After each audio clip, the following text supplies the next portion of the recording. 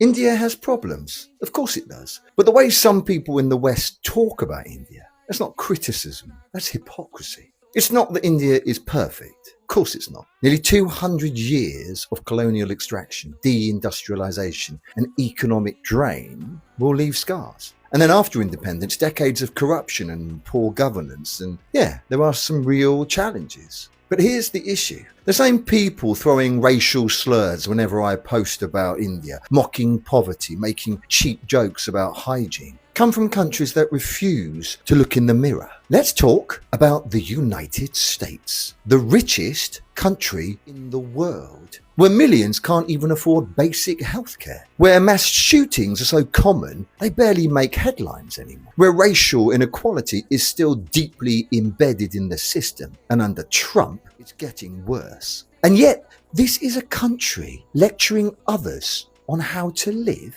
Please.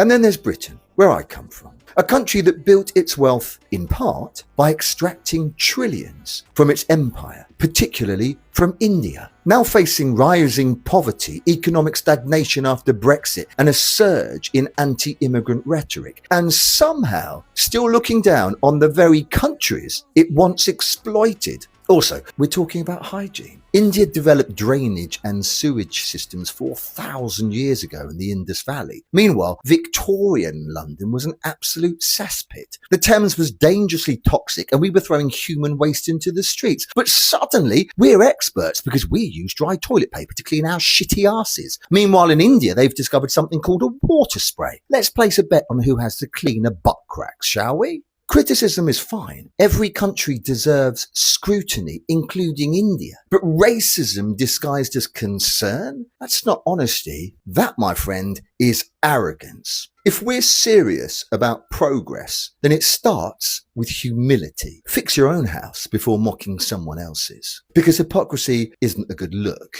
on any empire.